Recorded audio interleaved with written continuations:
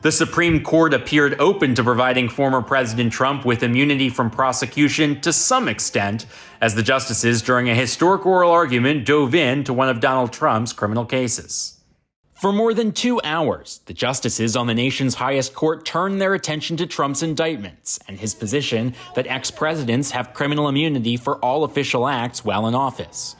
Trump contends that such a doctrine requires the dismissal of his felony charges in Washington, D.C., where he is accused of conspiring to overturn the 2020 election.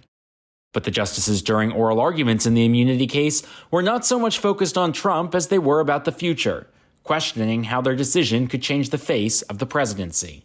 I understand that. I appreciate that, but you also appreciate that we're writing a rule for the ages. The justices peppered D. John Sauer, Trump's attorney, with hypotheticals and extreme scenarios, attempting to figure out where to draw the line between official and private conduct. If a president sells nuclear secrets to a foreign adversary, is that immune?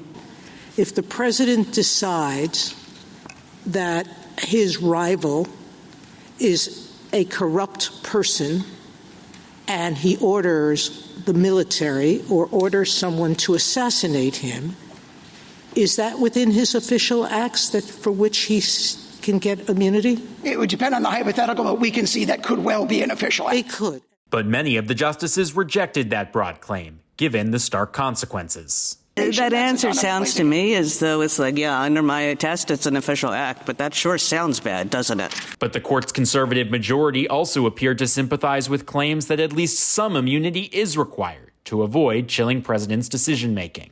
If an incumbent who loses a very close, hotly contested election knows that a real possibility after leaving office is not that the president is going to be able to go off into a peaceful retirement, but that the president may be criminally prosecuted by a bitter political opponent, will that not lead us into a cycle that destabilizes the functioning of our country as a democracy? Such a mixed ruling could spark another round of legal battles that has the effect of delaying Trump's trial until after the election.